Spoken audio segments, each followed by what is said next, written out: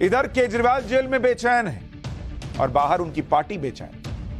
केजरीवाल के तिहाड़ जाने के एक दिन बाद आज बड़ी बात यह हुई कि केजरीवाल के घर पर आम आदमी पार्टी के विधायकों को बुलाया गया। केजरीवाल के सीएम आवास पर उनकी पत्नी सुनीता केजरीवाल के साथ आम आदमी पार्टी के विधायकों की बाकायदा मीटिंग हुई। दावा है कि इस मीटिंग में आम आदमी पार्टी के 62 में से 55 विधायक पहुंचे, यानी एक तरह का शक्ति प्रदर्शन भी था। इस मीटिंग के बाद यह दावा किया गया कि आम आदमी पार्टी के सभी विधायक चाहते हैं कि केजरीवाल इस्तीफा न दें और सरकार जेल से ही चलाते रहें।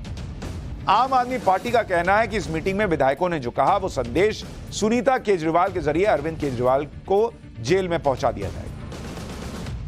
इस मीटिंग के बाद आम आदमी पार्टी के नेता और मंत्री सौरभ भारद्वाज ने कहा कि बीजेपी की नजर सीएम की कुर्सी पर है, लेकिन बिल्ली के भाग्य से चीका नहीं फूटेगा। एक बार सौरभ भारद्वाज को सुनिए, फिर बताता हूं कि बीजेपी क्या कह रही है और कैसे इस पूरे मामले में केजरीवाल और सिसोदिया की टेंशन बढ़ी। क्योंकि भाभी ही मुख्यमंत्री जी से अब तिहाड़ जेल में मिल पाएंगी, उनसे उनकी बातचीत हो पाएगी। पार्टी की तरफ से वो ही संदेश ले जा सकती हैं मुख्यमंत्री जी के पास और मुख्यमंत्री जी का संदेश ला सकती हैं। तो उनको सभी विधायकों ने कहा कि जब आज आप मुख्यमंत्री जी से मिलें, आपकी वीडियो कॉन्फ्रेंसिंग पे बात हो, तो आप मुख्यमंत्री जी को ये संदेश सारे विधायक साथियों की तरफ से दीजिएगा कि अरविंद केजरीवाल जी दिल्ली के मुख्यमंत्री थे, अरविंद केजरीवाल जी दिल्ली के मुख्यमंत्री हैं और अरविंद केजरीवाल जी ही दिल्ली के मुख्यमंत्री रहेंगे। ये बात स्पष्ट तौर पे भाभी से सब लोगों ने कही है। जैसे ये नहीं कहेंगे तो केजरीवाल जी नहीं रहेंगे मुख्यमंत्री, और ये कह देंगे तभी रहेंगे। अभी तक क्या मुख्यमंत्री इनके कहने पे थे? लेकिन पॉलिटिक्स में ये सियासी खेल चलता रहता है। उधर बीजेपी कह रही है कि केजरीवाल ने जब सिसोदिया और सत्येंद्र जैन से नैतिकता के आधार पर इस्तीफा ले लिया, तो बॉस खुद नैतिकता के आधार पर इस्तीफा क्यों नहीं देते? बीजेपी क्या कह रही है सुनिए, फिर आपको बताता हूं कि आज केजरीवाल की टीम ने बिना सबूत क्या नई सनसनी फैलाने की कोशिश की। मनीष सिसोदिया की गिरफ्तारी हुई, आपने उनसे इस्तीफा लिया। आपने सत्येंद्र जैन से, भाजपा ने ही दबाव बनाया, जनता की आवाज बन गए, आपने इस्तीफा लिया। आज ये दोहरे मापदंड क्यों है अरविंद केजरीवाल जी?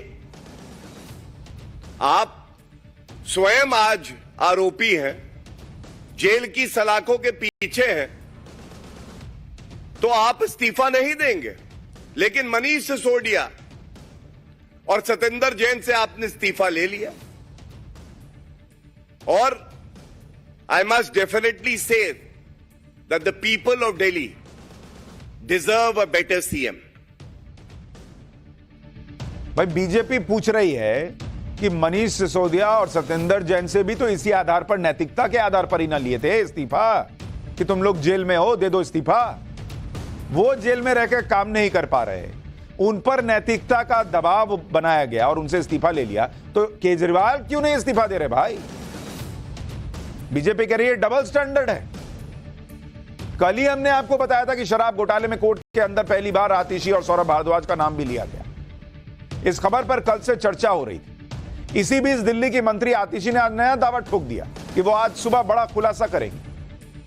ये लोग जब बोलते हैं खुलासा करेंगे तो समझ में आ जाता है कई बार कि मामला 90% मान के चलिए कि ठुस निकले। आतिशी ने आज प्रेस कॉन्फ्रेंस की, सबको लगा कि नहीं कुछ करेंगे, बड़ा खुलासा हो सकता है, ऐसा कुछ बोल देंगे कि शराब घोटाले का केस पलट जाएगा। लेकिन आतिशी ने तो मनोहर कहानियां टाइप कुछ सुना दिया, वही आरोप लगाए जो आरोप आम आदमी पार्टी अक्सर लगाती रहती है। आतिशी ने दावा किया कि उनके एक करीबी के जरिए बीजेपी ने उन्हें अप्रोच किया है और उन्हें यह धमकी दी गई कि अगर वो बीजेपी में शामिल नहीं होंगी तो 1 महीने के अंदर ईडी उन्हें गिरफ्तार कर लेगी। आतिशी ने यह भी दावा किया कि 2 महीने के अंदर उन्हें और आम आदमी पार्टी के 3 और बड़े नेताओं को गिरफ्तार करने की साजिश है, जिसमें पहला नंबर उनका होगा, दूसरे नंबर पर सौरभ भारद्वाज का होगा, तीसरा नंबर दुर्गेश पाठक का और चौथा नंबर राघव चड्ढा का होगा। वैसे ही जैसे केजरीवाल पिछले 1 साल से खुद को अरेस्ट करा रहे थे। मनीष सिसोदिया की गिरफ्तारी के पहले कई बार मनीष सिसोदिया को अरेस्ट करा दिए थे। अब कोर्ट में नाम आया तो आतिशी जी ने कह दिया कि मुझे अरेस्ट करने वाले हैं, मुझे बीजेपी में आने के लिए कह रहे हैं। किसने कहा, क्या कहा, कोई सबूत नहीं। कहना है कह दिया। एक बार आतिशी को सुन लीजिए, फिर आपको बताऊंगा कि संजय सिंह के केस में क्या हुआ आज। अब भारतीय जनता पार्टी को लगता है कि आम आदमी पार्टी के टॉप 4 लीडर्स को गिरफ्तार करना काफी नहीं था। अब आने वाले समय में अगले बड़े 4 नेताओं को जेल में डाला जाएगा। मुझे जेल में डाला जाएगा, सौरभ भारद्वाज को जेल में डाला जाएगा, दुर्गेश पाठक को जेल में डाला जाएगा और राघव चड्ढा को जेल में डाला जाएगा। यानी इन्होंने हायरार्की भी बता दी कि टॉप के 4 जो थे वो जेल में हैं और उसके बाद टॉप 4 हम हैं, कोई और भ्रम में न रहे। दूसरा कि मुझे बीजेपी में बुला रहे हैं, किसी से बुलवाए, अरे भाई ऐसे पलट के बीजेपी बोल देगी। कहानी सुनानी है तो बीजेपी भी कह देगी कि हमको आतिशी और सौरभ भारद्वाज ने किसी हमारे करीबी से बुलवाया कि हम बीजेपी में आते हैं। अरे कोई सबूत देना होगा ना बॉस। हालांकि हमेशा की तरह आम आदमी पार्टी के नेता ने इस सनसनीखेज खुलासे पर ना तो कोई सबूत पेश किए, ना ही उन्होंने अपने उस करीबी व्यक्ति का नाम बताया जिसके जरिए कथित तौर पर बीजेपी ने आतिशी को अप्रोच किया। अगर इस तरह के आरोप लगाने हैं तो ऐसे आरोप कोई भी लगा सकता है। आज आतिशी पूरी लिस्ट लेकर आ गई कि अब किसे जेल भेजा जाएगा, फिर उसके बाद कौन जेल जाएगा। यह माहौल बनाया जा रहा है कि आम आदमी पार्टी के हर बड़े नेता को जेल में डाल दिया जाएगा। लेकिन इनसे कोई पूछे कि अगर ऐसा ही है तो फिर आज संजय सिंह को जमानत कैसे मिल गई बॉस? आज संजय सिंह को सुप्रीम कोर्ट से जमानत मिल गई और संजय सिंह को जमानत मिलने का सबसे अहम पॉइंट यह रहा कि ईडी ने संजय सिंह की जमानत का विरोध नहीं किया। ईडी ने सुप्रीम कोर्ट में कह दिया कि उसे संजय सिंह की रिहाई पर कोई ऑब्जेक्शन नहीं है। अब जो लोग कहते थे कि शरद रेड्डी के रिहाई को जमानत मिलने का ईडी ने ऑब्जेक्शन नहीं किया, इसका मतलब ईडी और शरद रेड्डी की सेटिंग गेटिंग है, तो संजय सिंह की भी रिहाई का ऑब्जेक्शन नहीं किया तो संजय सिंह और ईडी की सेटिंग गेटिंग है। ईडी ने संजय सिंह को पिछले साल अक्टूबर में अरेस्ट किया था। संजय सिंह की जमानत पर आज सुप्रीम कोर्ट में सुनवाई के दौरान ईडी ने इस केस में यह कहकर रियायत दे दी कि अगर संजय सिंह को जमानत दी जाती है तो ईडी को उस पर कोई आपत्ति नहीं। इसके बाद सुप्रीम कोर्ट ने संजय सिंह को जमानत दे दी और आदेश दे दिया कि ट्रायल कोर्ट से तय नियम और शर्तों के आधार पर संजय सिंह को ट्रायल पेंडिंग रहने के दौरान तक रिहा किया जाए। अगर आम आदमी पार्टी के नेताओं को जेल में ही रखने का मकसद होता तो संजय सिंह की जमानत का कोर्ट में विरोध होता, लेकिन ऐसा नहीं। और सबको पता है कि ईडी के मामले में आसानी से तब तक जमानत नहीं मिलती जब तक ईडी नहीं चाहती, क्योंकि वही संजय सिंह है जिनकी जमानत अर्जी अभी फरवरी में हाईकोर्ट में खारिज हो चुकी थी। फरवरी में हाईकोर्ट ने संजय सिंह की जमानत अर्जी यह कहकर खारिज कर दी थी कि इस केस में संजय सिंह के लिए सर्वेश मिश्रा को 2 करोड़ रुपए दिए जाने के स्पेसिफिक स्टेटमेंट है और जांच के स्टेज पर संजय सिंह के रोल को पूरी तरह से नकारा नहीं जा सकता। लेकिन अब संजय सिंह को सुप्रीम कोर्ट से जमानत मिल गई तो आम आदमी पार्टी ने गोल पोस्ट चेंज कर दिया, उठाकर इधर से उधर। संजय सिंह को जमानत मिलने के साथ ही आम आदमी पार्टी दावा करने लगी कि अब तो उनके जेल में बंद सभी नेता छूट जाएंगे। यानी आप देखिए कि संजय सिंह की जमानत पर फैसला आने से पहले आम आदमी पार्टी कह रही थी कि बीजेपी उनके सब नेताओं को जेल भेजना चाहती है। संजय सिंह की जमानत का फैसला आया तो आम आदमी पार्टी कहने लगी कि अब उनके सारे नेता छूट जाएंगे।